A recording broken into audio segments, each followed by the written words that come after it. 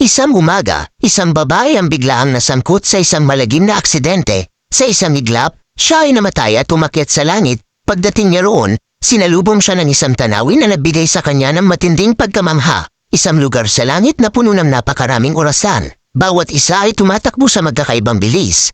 Habang nakatayo siya roon, at namamangha sa dami ng mga orasan, lumapit sa kanya ang isang anghel na may mainit at magiliw na ngiti. Maligayang pagdating sa langit, sabi ng anghel, "Salamat po," tugon ng babae.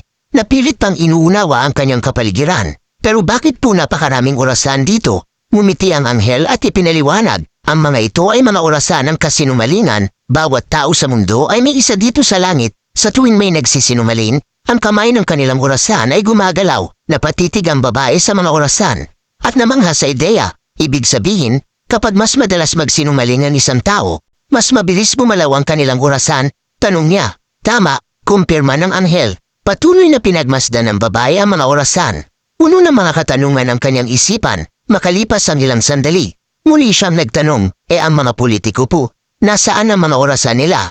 Kumikinang ang mga mata ng anghel habang sumagot, "Nasa opisina, ginagamit kasi naming electric fan."